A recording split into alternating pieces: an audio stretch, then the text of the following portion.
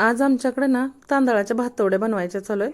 याला खूप लोक पळी पापड बोलतात, पण आमच्या इकडे याला भातवडीच बोलतात. खूप छान लागते शेंगदाण्याबरोबर ही. तर तेच बनवायचं चालू आहे. इथं ना खूप मोठं टेरेस आहे, त्यामुळं घालायला पण प्रॉब्लेम येत नाही. त्यामुळं मग आम्ही 2-2 पदार्थ करायला घेतलेत एका वेळी. तर इकडं आमच्या भातवड्या घालून होत आलेत आणि आईंनी इकडं बॉबी करायला घेतले. हे सगळं एकदा एकदा बनवून झाले, पण वर्षभर पुरेसं होत नाही, म्हणून मग ते डबल करायला घेतले.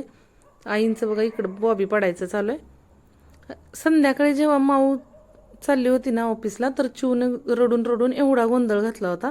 तिला माऊ बरोबर ऑफिसला जायचं होतं, म्हणूनच ती रडत होती. दादा मात्र शहाण्या मुलासारखा टाटा करत होता. एवढी रडली होती म्हणून मग तिला जेवण करून खाली शतपावली करायला आणली. तर पप्पा सोबत असेल तर तिला ना खूप मस्ती सुचते. तर तिला असं खेळायचं होतं पप्पाबरोबर, म्हणूनच ती चालायची, मध्ये मध्ये पळायची. पप्पासमोर खूप नखरे करते ती.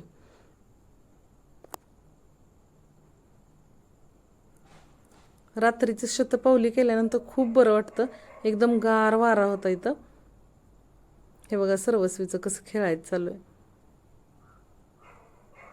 असाच काहीसा दिवस होता आमचा.